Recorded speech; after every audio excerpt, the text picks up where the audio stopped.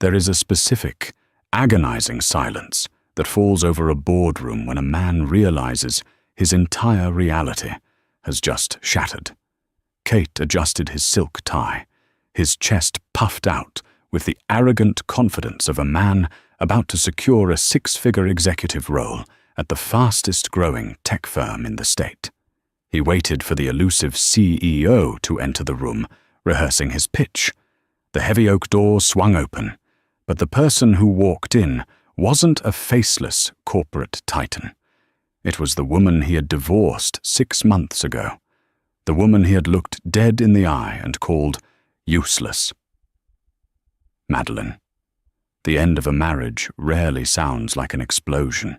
It usually sounds like a sigh, followed by the definitive thud of a closing door. For Madeline and Kate Blackwood, the end arrived on a drizzly Tuesday afternoon in their immaculate suburban home in Evanston, Illinois. Kate paced the length of their living room, his tailored charcoal suit catching the dim light. He was a vice president of acquisitions at a mid-tier Chicago finance firm, a title he wore like a crown. Madeline sat quietly on the edge of the cream-colored sofa, her hands folded in her lap, watching the man she had loved for 7 years systematically dismantle her worth. "It's just pathetic, Madeline," Kate sneered, tossing the divorce papers onto the glass coffee table with a sharp clatter. "Look at you. You're 32 years old, and what do you actually do? You tinker on your little laptop all day. You have no career, no ambition, no drive. You're dead weight." Madeline didn't flinch. She just stared at the papers. "I've carried this marriage," he continued, his voice rising, intoxicated by his own perceived martyrdom. "I pay the mortgage. I pay for the cars. I need a partner who operates on my level, not a dependent who drains my energy. Jessica understands the corporate world. She understands me." Jessica Croft was a 26-year-old junior analyst at Kate's firm. Madeline had known about the affair for 4 months. She hadn't screamed, hadn't thrown plates, and hadn't begged him to stay. Her silence only infuriated Kate more. He mistook her composure for the very apathy he was accusing her of. "Sign the papers," Kate commanded, adjusting his cuffs. "You should be thanking God I insisted on that prenuptial agreement when we got married. I knew I was going places, and I wasn't going to let a struggling freelancer take half of everything I built." That prenuptial agreement. 7 years ago, when Kate was a rising star and Madeline was doing basic freelance web design, Kate had forced her to sign a draconian prenup that kept all assets completely separate. What's mine is mine. What's yours is yours. At the time, it had hurt her deeply, feeling like a bet against their love. But as Madeline picked up the pen to sign the divorce decree, she had to suppress a quiet, almost hysterical urge to laugh. Because what Kate didn't know, what his staggering narcissism and absolute disinterest in her little laptop projects had prevented him from seeing, was that Madeline wasn't a struggling freelancer. For the past 5 years, she had been building Apex Dynamics, a cloud-based logistics platform that was currently revolutionizing supply chain management across the Midwest. When she started the company, Kate's constant belittling had made her secretive. He mocked her ideas, so she stopped sharing them. She registered the LLC through a blind trust using her maiden name, Madeline Hayes. She hired an incredibly sharp COO, Thomas Olby, who acted as the public face of the company while she operated as the silent architect and CEO, pulling the strings from her home office while Kate was out wining and dining clients, and eventually Jessica.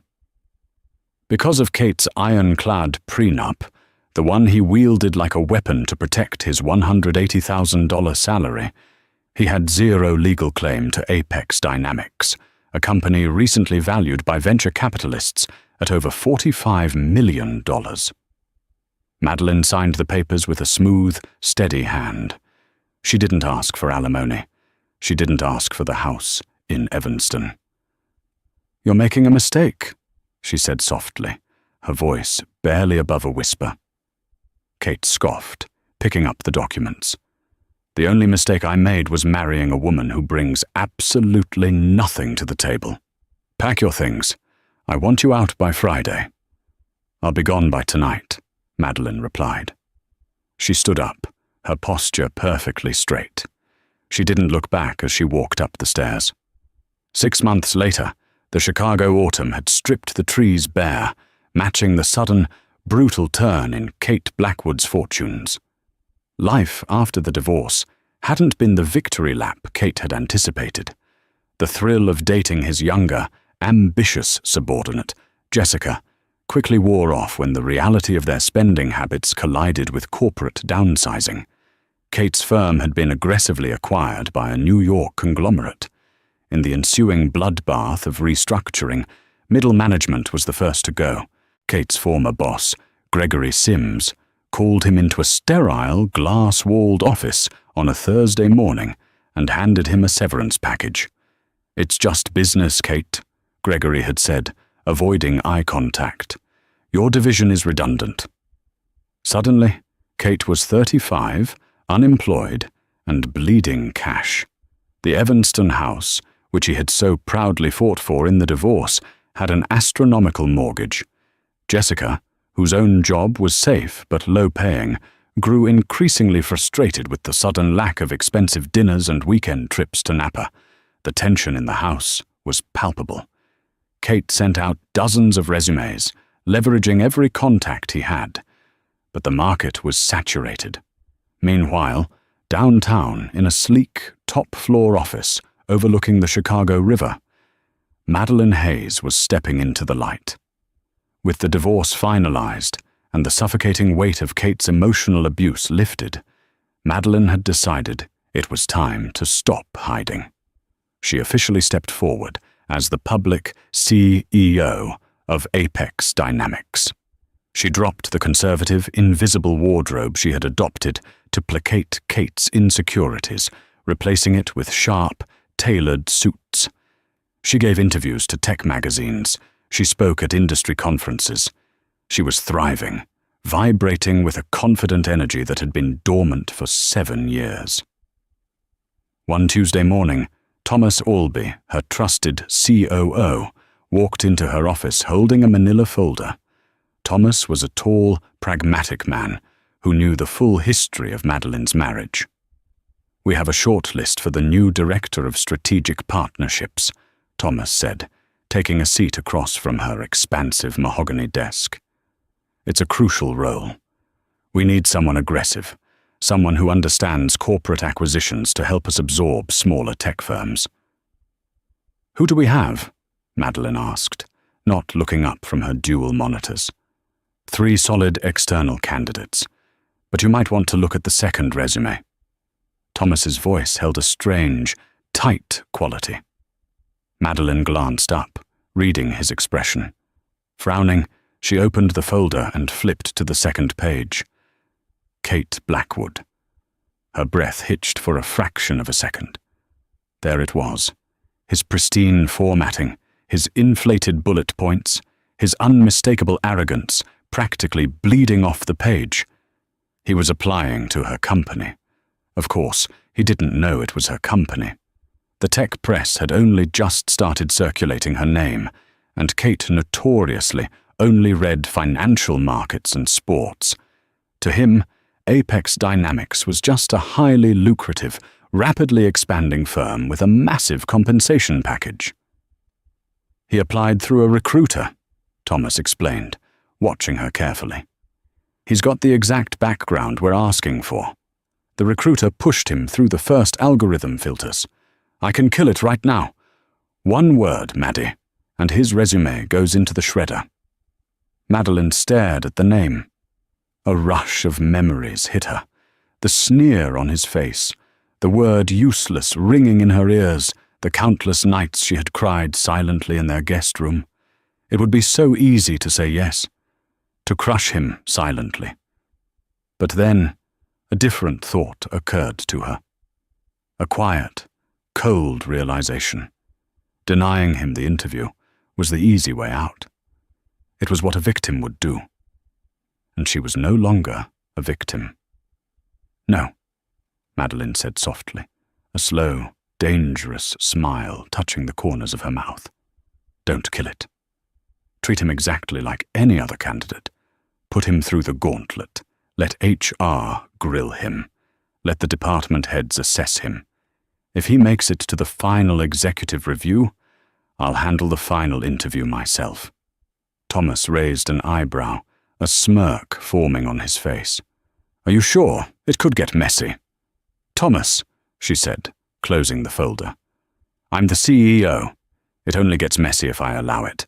Schedule his first round." Kate Blackwood thought he was untouchable.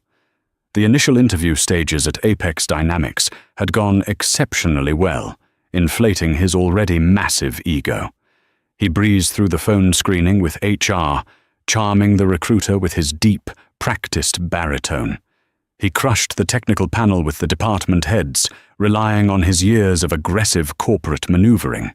He didn't notice the subtle, amused glances exchanged by the senior staff who interviewed him. He didn't know that every single person in that building worshipped the ground their female CEO walked on, and that a select few knew exactly who he was. On the night before his final interview, Kate took Jessica out to a high-end steakhouse to celebrate preemptively. He put the $400 dinner on his nearly maxed-out credit card. "They loved me," Kate told Jessica, swirling a glass of Cabernet. "It's a lock. The base salary is $250,000 plus equity. It's a massive step up from the old firm." "I knew you'd bounce back, baby," Jessica cooed, reaching across the table to squeeze his hand. "See? This is why you needed a woman who supports your ambition. Not like, well, you know." "Madeline," Kate scoffed, taking a sip of wine. God, can you imagine? She'd probably have a panic attack just walking into the lobby of a place like Apex. I haven't heard from her since the divorce. Probably moved back to Ohio to live in her parents' basement. The next morning, Kate dressed for war. He wore his lucky navy Brioni suit, a crisp white shirt, and a power red tie. He arrived at the Apex Dynamics headquarters, a stunning, 20-story glass and steel edifice, 15 minutes early. The receptionist escorted him to the executive floor. The air up here was different, thicker, quieter. It smelled of wealth and absolute power. He was led into a massive, glass-walled boardroom that overlooked the sprawling Chicago skyline. A long oak table dominated the space. "The CEO will be with you shortly," the assistant said, with a polite smile, before backing out and clicking the heavy door shut. Kate stood by the window, hands clasped behind his back, looking out over the city. He felt like a king surveying his domain. He mentally reviewed his pitch. He would talk about aggressive synergy, hostile takeovers, and streamlining operations by cutting dead weight. 5 minutes passed, then 10. Kate checked his Rolex, a flicker of irritation crossing his face. Power play, he thought. The CEO is making me wait to establish dominance. He respected it, but it annoyed him. Finally, the handle of the boardroom door clicked. Kate immediately turned around, pasting on his most charismatic, winning smile, hand already extending for a firm, masculine handshake. "Good morning. I'm Kate Black." The words died in his throat. The sound ceased to exist. The woman who walked into the room was flanked by Thomas Albee, who was carrying a sleek tablet. But Kate didn't even register Thomas. His eyes were locked on the woman. She was wearing a tailored emerald green pantsuit that practically radiated authority. Her hair, which she used to keep in a messy bun, was blown out in a sleek, sharp style. Her posture was commanding, her expression unreadable and terrifyingly calm. It was Madeline. Kate's brain misfired. He literally took a step backward, his outstretched hand dropping limply to his side. He blinked rapidly, as if the physical act of closing his eyes would reset the simulation and make a different person appear. "Madeline?" he breathed out, the word sounding small and fragile in the cavernous boardroom. What was she doing here? Was she the CEO's assistant? No, she was dressed too powerfully. Was she consulting? Madeline walked to the head of the oak table, directly across from him. She didn't sit. She placed her hands flat on the polished wood and looked at him. There was no anger in her eyes. There was no vindication.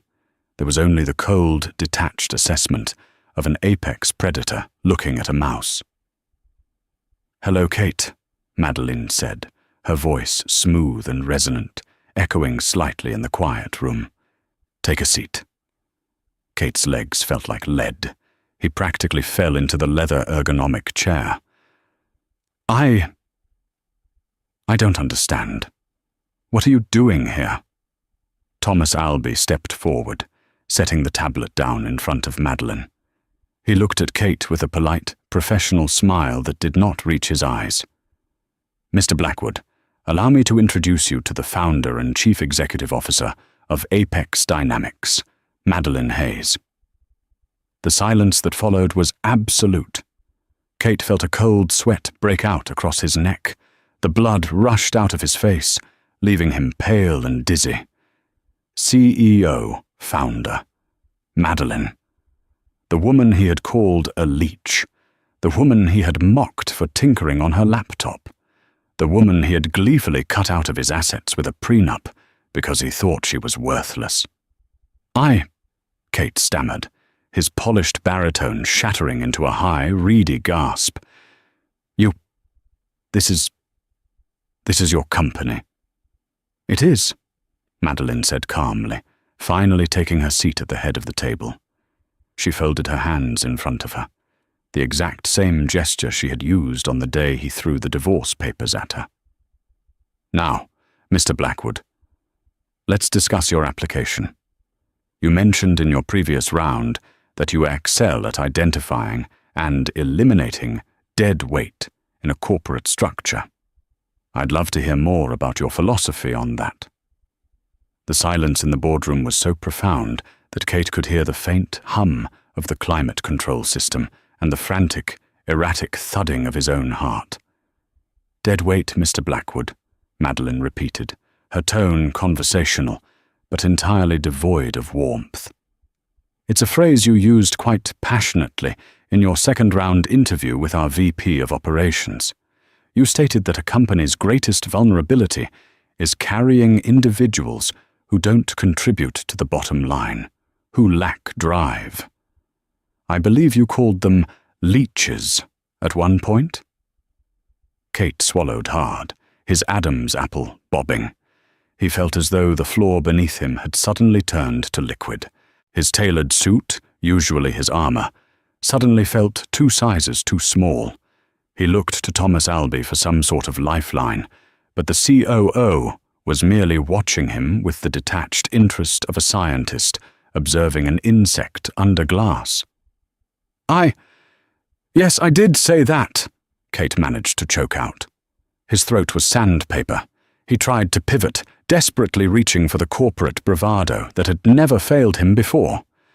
In the context of corporate restructuring, yes. When a firm is scaling, you have to trim the fat. You have to ensure every asset is pulling its weight. That's what I did at my previous firm. I identified the redundancies. "Interesting," Madeline said, leaning back in her chair. She didn't break eye contact. "Because when I look at your resume, Kate, I see a man who is exceptionally good at acquiring things other people have built. You restructure. You liquidate. You downsize. But I don't see any evidence of you actually building anything yourself." The words hit him like a physical blow. It was the exact mirror reflection of the insult he had hurled at her the day he demanded a divorce. "I build portfolios," Kate argued, his voice wavering, pitching up an octave. He was losing control of the room, a sensation he had never experienced with a woman, let alone this woman. "I build wealth." "You managed wealth," she corrected softly. "There is a distinct difference.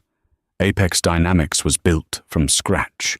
It was built during late nights, early mornings and weekends.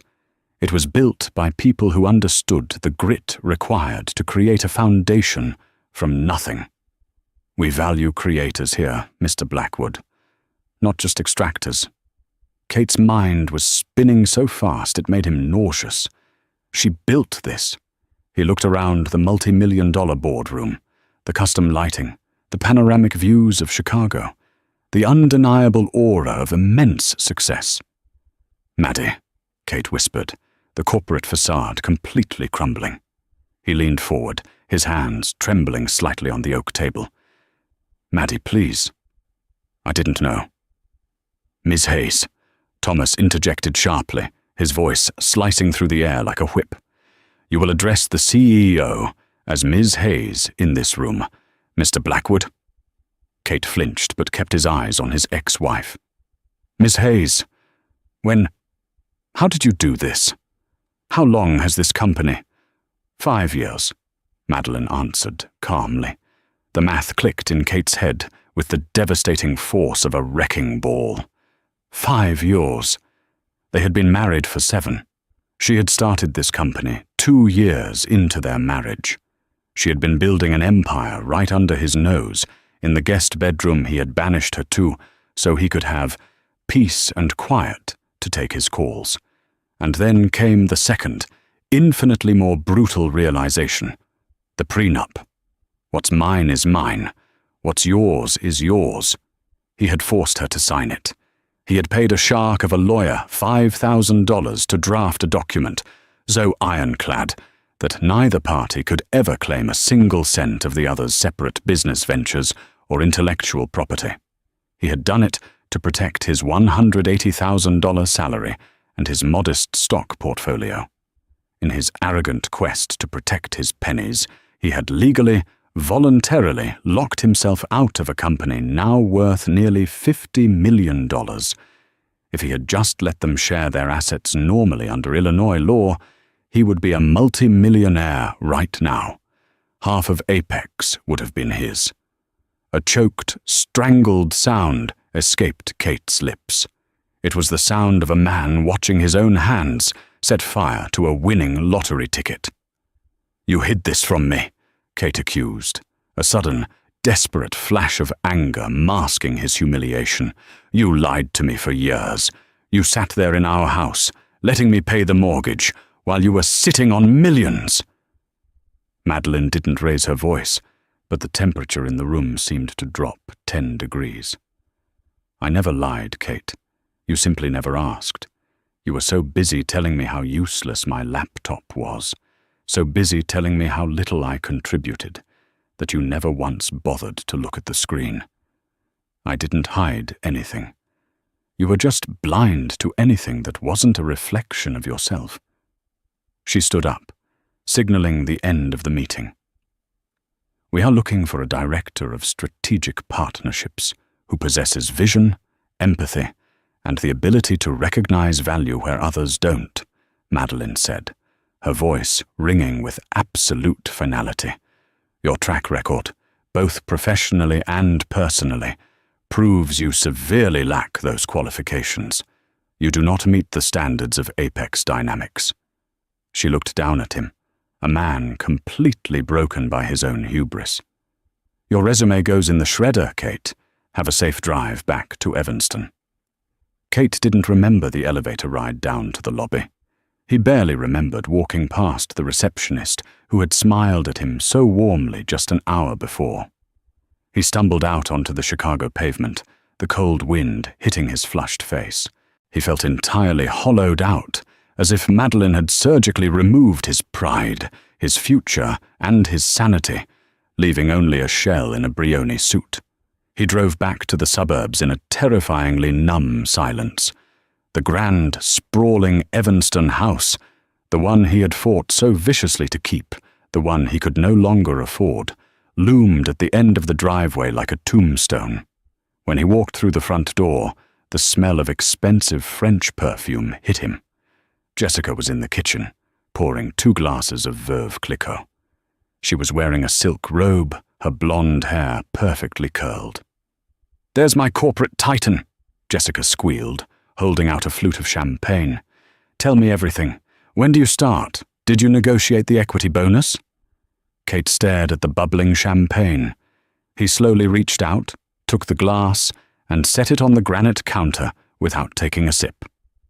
"I didn't get it," he said, his voice flat, completely dead. Jessica's smile faltered. Her arm slowly dropped to her side. "What do you mean you didn't get it? You said it was a lock. You said they loved you."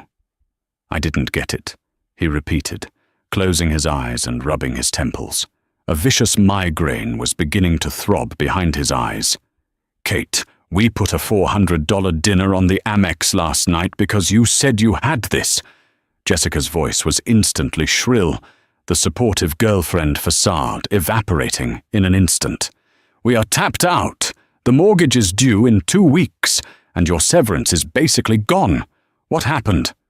"The CEO," Kate whispered, opening his eyes to look at her. "The CEO conducted the final interview." "And did you bomb? Did you freeze?" "The CEO of Apex Dynamics is Madeline." Jessica stared at him. She blinked once, twice. "Madeline? Who is Madeline? You mean... Wait, your ex-wife? The freelancer?" "She wasn't a freelancer," Kate yelled, the pent-up humiliation finally erupting into rage. "She's the founder. She built the whole damn thing while we were married. She's worth tens of millions of dollars, Jessica." Jessica physically took a step back from him. The arithmetic was working in her head too, but differently. She looked at the man in front of her. A month ago, he was a powerful, wealthy executive who was going to elevate her lifestyle. Now, he was an unemployed, broke, middle-aged man who had just been publicly humiliated by the woman he had dumped for her.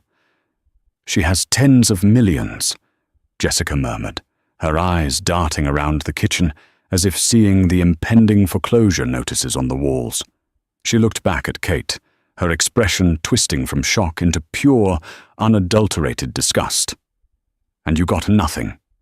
In the divorce, you got this stupid, overpriced house, and she walked away with a tech empire." "I made her sign a prenup," Kate admitted, the words tasting like ash in his mouth. "I wanted to protect my assets." Jessica let out a sharp, incredulous laugh. It was a vicious, mocking sound that cut Kate deeper than anything Madeline had said in the boardroom. "You protected your little bank account and gave away a fortune? My God, Kate, you aren't a shark, you're an idiot." She didn't stay to argue. She walked past him, heading straight for the master bedroom. By the time Kate followed her upstairs 10 minutes later, she was throwing her designer clothes, most of which he had paid for, into a pair of Rimowa suitcases. "Jess, what are you doing?" he asked, panic finally setting in. "I'm leaving, Kate," she snapped, not even looking at him as she zipped the first bag shut. "I didn't sign up to play house with a broke guy who just got dunked on by his ex-wife. I have my own career to think about. Good luck with the mortgage." The front door slammed 20 minutes later, echoing through the empty, cavernous house. Desperation is a powerful motivator. The next morning, running on 0 sleep and fueled by black coffee and sheer panic, Kate drove downtown to see Harrison Cole, the ruthless divorce attorney he had retained 7 years prior. Harrison sat behind a massive oak desk, steepling his fingers as Kate frantically explained the situation. Kate painted a picture of fraud, of deception, of a wife hiding massive assets during a marriage. "I want half, Harrison," Kate demanded, pacing the carpet of the law office. "She built it while we were legally married. That makes it marital property. She defrauded me. We can sue to have the divorce settlement amended, right? We can break the prenup." Harrison sighed deeply, opening a file on his desk. He pulled out a copy of the prenuptial agreement, the very one Kate had gleefully signed. "Kate, sit down," Harrison said, his tone lacking any of the aggressive enthusiasm he usually reserved for his billing clients. Kate sat, his leg bouncing nervously. "You can't sue her," Harrison said flatly, "and you certainly can't break this prenup." "Why not? It was fraud." "It wasn't fraud, Kate," the lawyer explained, pointing a heavy gold pen at the document. "Look at Section 4, Clause B. The clause you specifically demanded I insert after you read that article about the tech guy losing his startup in a divorce. Waiver of all rights to future intellectual property, independent business ventures, and corporate equity established solely by either party, regardless of marital status at the time of inception. You demanded that language so she couldn't touch your future bonuses or investments." "But she didn't tell me about the company," Kate pleaded. "The law doesn't care if she told you about it or not," Harrison said, closing the file with a definitive thud.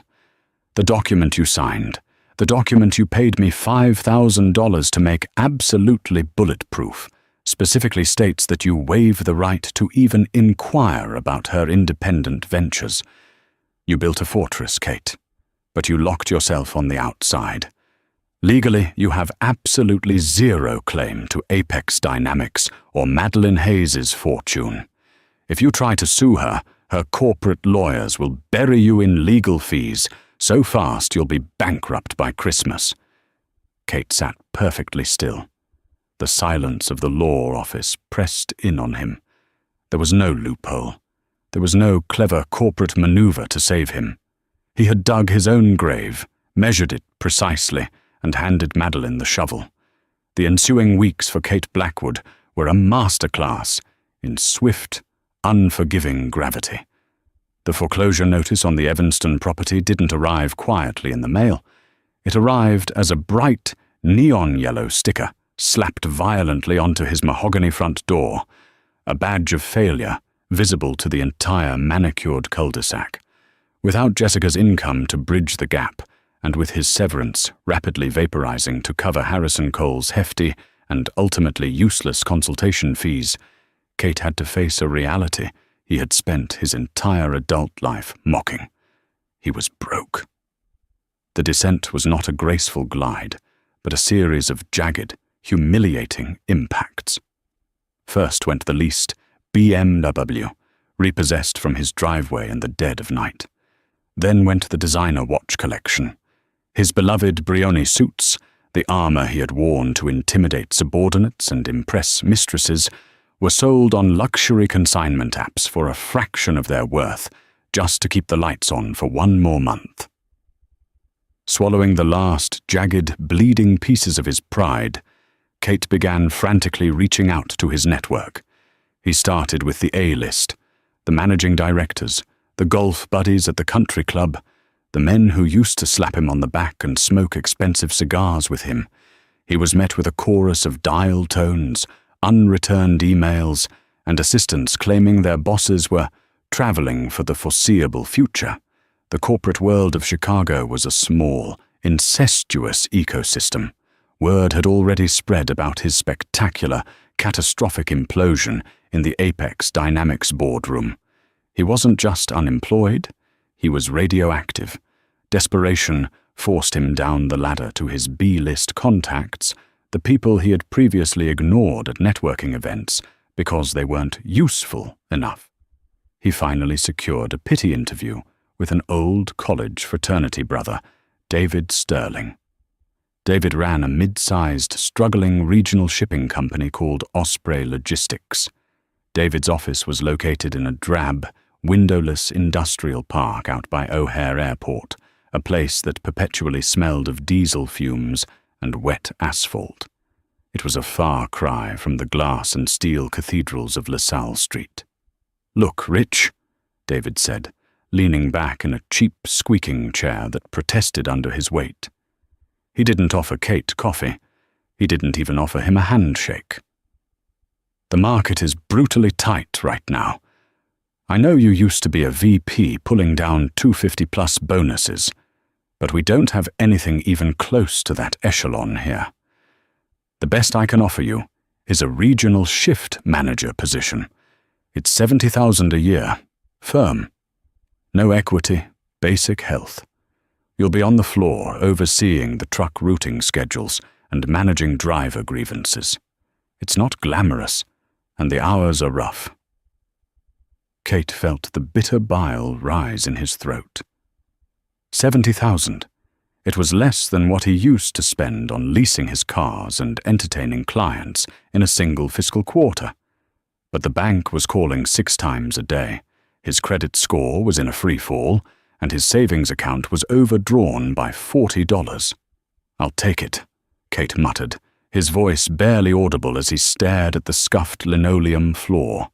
For the next 8 months, Kate existed in a suffocating purgatory of flickering fluorescent lights, stale break-room coffee, and the endless, monotonous complaints of exhausted truck drivers. He traded his tailored Italian wool for off-the-rack khakis and stiff, uncomfortable polyester polo shirts bearing the fading Osprey Logistics bird logo. Every single day, Kate had to log on to a clunky, outdated computer system from a desk that wobbled.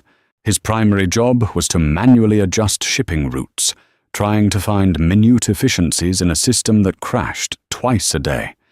It was tedious, unglamorous, agonizingly repetitive work. The irony was a heavy, suffocating blanket he wore every day. He was now doing the exact kind of useless computer tinkering he had mercilessly accused Madeline of doing when she was quietly building her empire. Only, Madeline had been writing elegant, million-dollar code. Kate was just trying to figure out if Truck 42 could make it to Peoria before a snowstorm hit. The younger floor managers, men in their early 20s who didn't care about his past life as a finance bro, treated him with a mixture of pity and annoyance. He was the slow old guy who couldn't type fast enough. He was, by every metric he used to judge others, the dead weight of the department. But karma, as Kate was learning, doesn't just knock you down and walk away. It likes to sit on your chest to make sure you can't breathe. In late November, a palpable anxiety swept through the freezing warehouse floor of Osprey Logistics. The holiday rush was approaching, but rumors had been swirling that the company was bleeding capital rapidly. Whispers of bankruptcy and massive layoffs echoed in the locker rooms. Kate felt a familiar, terrifying knot twist in his stomach. He couldn't lose this job. If he lost this $70,000 lifeline, he would literally be on the street. On a freezing Tuesday morning, David Sterling called an emergency all-hands meeting in the main loading bay. The massive bay doors were shut against the howling Chicago wind, but the cavernous space was still freezing. Kate stood in the very back of the crowd of 100-odd employees, his arms crossed against his chest to ward off the biting draft, watching his boss tap a microphone that shrieked with feedback. "Listen up, everyone. Please settle down," David announced, his voice echoing thinly off the corrugated metal walls. He looked pale and deeply exhausted. "I have some major news. As of 8 a.m. this morning, the ink has dried. Osprey Logistics has been officially acquired." A nervous electric murmur rippled through the crowd of drivers, warehouse workers, and mid-level managers. Kate felt a sudden, desperate spark of hope. An acquisition meant a parent company with deep pockets. Maybe this was his chance. With his background in corporate restructuring, maybe the new parent company would recognize his true value and pull him out of this warehouse hellhole and back into an executive suite where he belonged. "Who bought us, Dave?" one of the foremen shouted from the front row, voicing the question on everyone's mind. Are we keeping our pensions? David cleared his throat, looking down at a crisp, heavily embossed press release in his hands. We have been acquired by a major tech and supply chain conglomerate. It's a total buyout. They're going to be implementing their proprietary cloud software to optimize our routes and completely overhaul our logistics network starting immediately. David paused, taking a shaky breath. The company that acquired us is Apex Dynamics.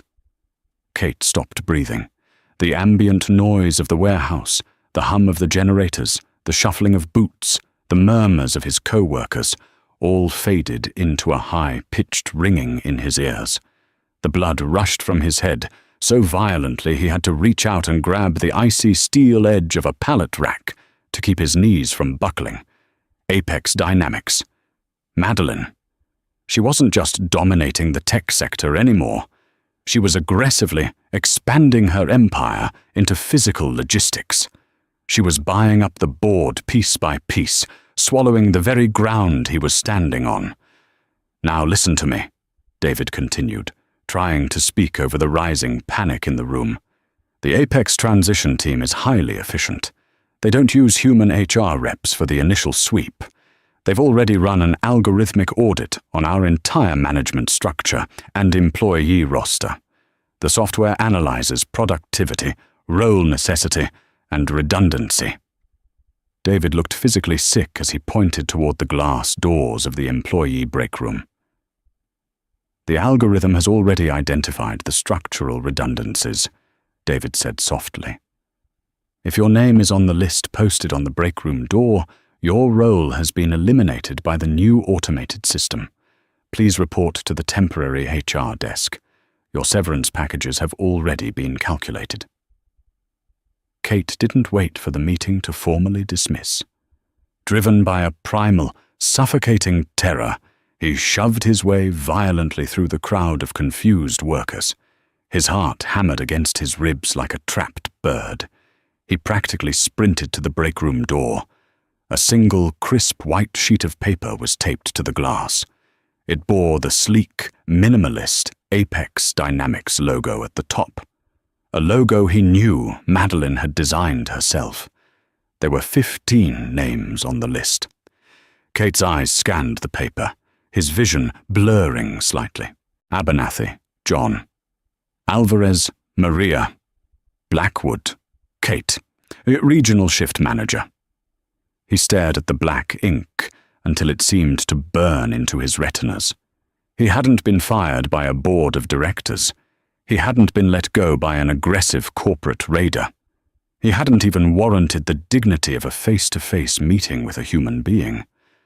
Madeline's software, the very code she had written while sitting quietly in the guest room of his house, the project he had called a pathetic waste of time, had scanned the employee manifest, looked at his role, mathematically deemed his existence dead weight, and excised him from the company with a single, unfeeling line of code. He was legally, officially, and undeniably useless, and he had absolutely no one to blame but himself. 2 excruciatingly long years had passed since the algorithm formally severed Kate Blackwood's last tether to the corporate world. In the heart of downtown Chicago, the legendary Gold Coast room at the Drake Hotel was ablaze with 1,000 points of light. The annual Illinois Business Innovators Gala was the crowning event of the fiscal year, an exclusive, invite-only affair populated by Silicon Valley investors, Wall Street titans, and the political elite. Flashbulbs from press photographers popped like a localized meteor shower against the velvet ropes.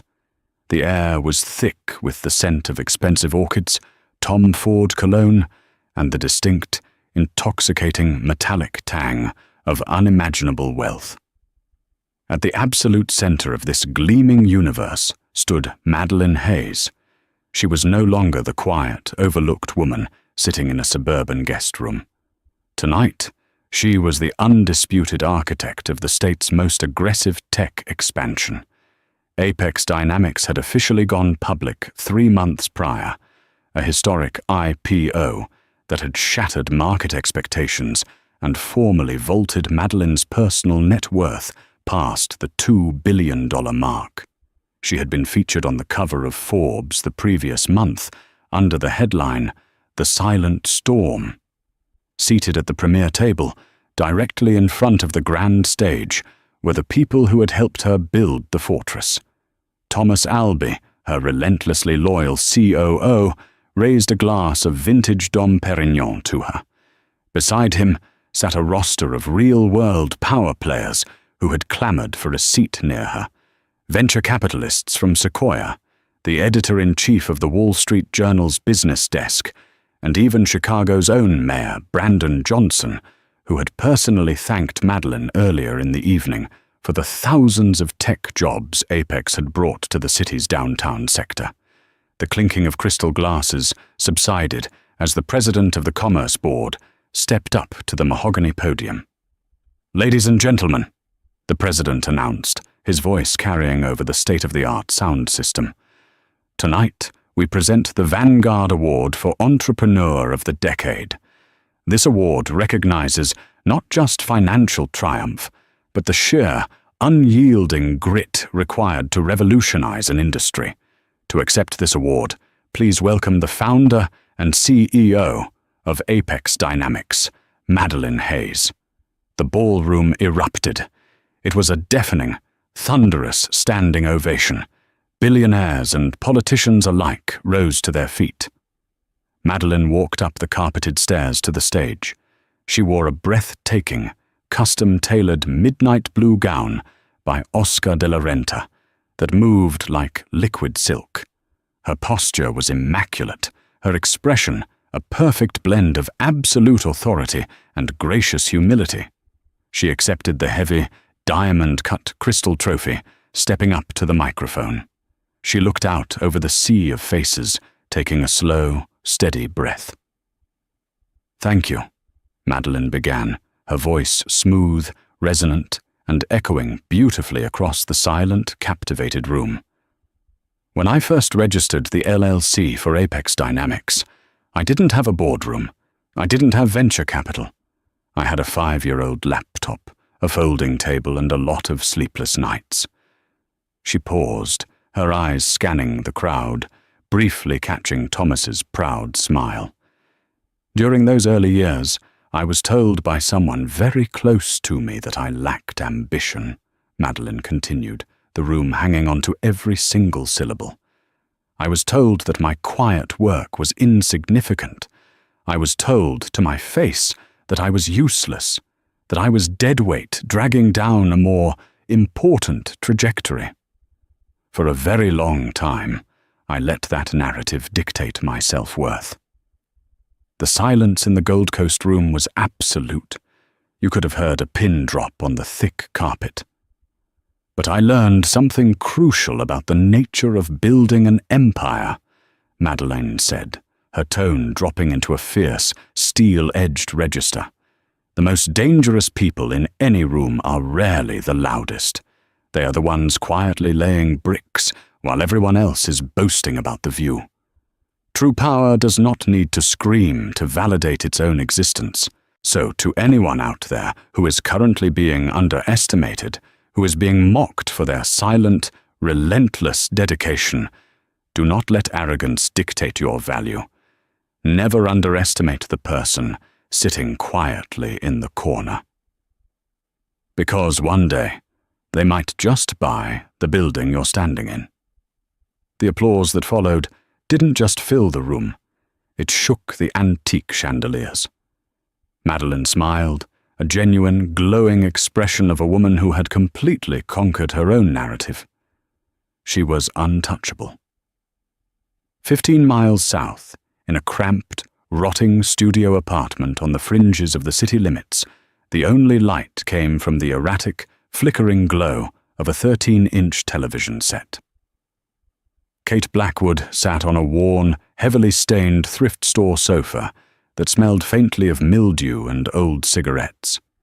He was eating a microwave Salisbury steak dinner, the cheap plastic film pulled halfway back, the artificial gravy congealing in the cold air of the poorly insulated room. The apartment shook slightly every time the L train rumbled past the single, barred window. The physical toll of the last 2 years had been merciless. The sharp, arrogant jawline that had once charmed Jessica and intimidated junior analysts was buried under a layer of bloated, unkempt stubble. His hairline had receded dramatically, and deep, dark bags hung beneath his bloodshot eyes. He currently worked on commission as a junior floor salesman at Windy City Motors, a predatory used car dealership next to a highway overpass.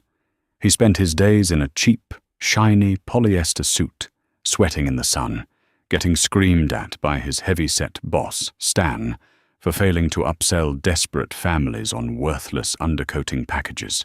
He drove a 12-year-old rusted sedan with a failing transmission.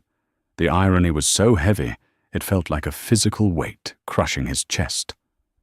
On the tiny, staticky television, the local Channel 9 news anchor was covering the gala live. An absolutely historic and inspiring night for Madeline Hayes, the billionaire CEO of Apex Dynamics. Her speech tonight left many in the audience in tears. The broadcast cut from the anchor desk to the pristine, high-definition footage of Madeline standing at the podium. Kate froze, the cheap plastic fork halfway to his mouth. He watched her. He listened to the words filtering through the terrible tinny speakers of his television.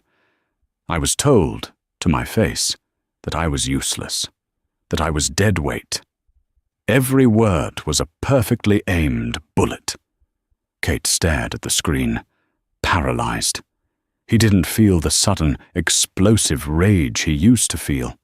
He didn't even feel the sharp, frantic sting of humiliation that had plagued him when he was fired from the warehouse. The anger and the panic had long since burned out, leaving nothing behind but a vast, hollow, echoing emptiness. He looked at her midnight blue gown. He looked at the crystal trophy in her hand. He saw the mayor of Chicago clapping for her in the front row. Then Kate looked down at his lap.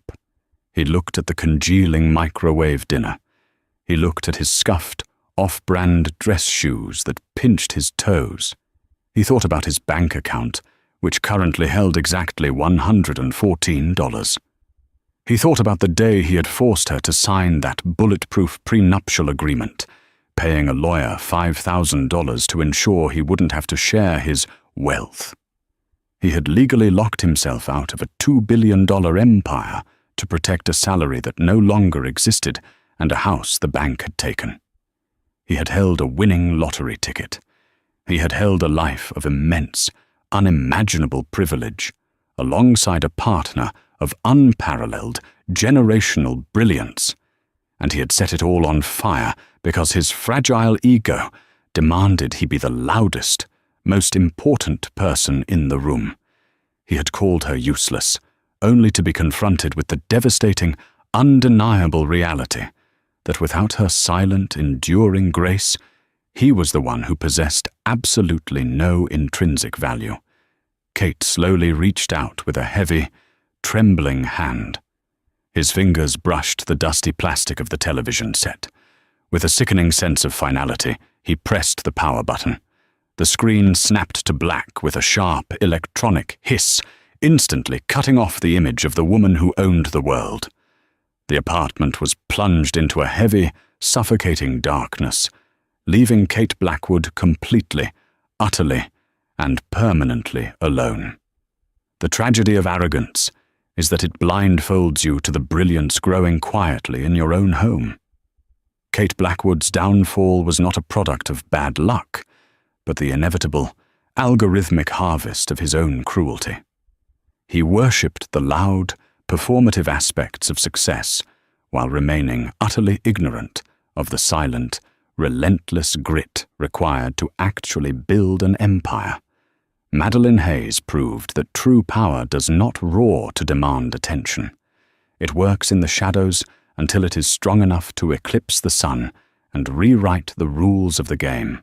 Her ultimate triumph is a testament to the unyielding strength of underestimated people who turn belittlement into the very fuel that launches them to the stars. The universe has a profound, poetic way of balancing the scales of justice.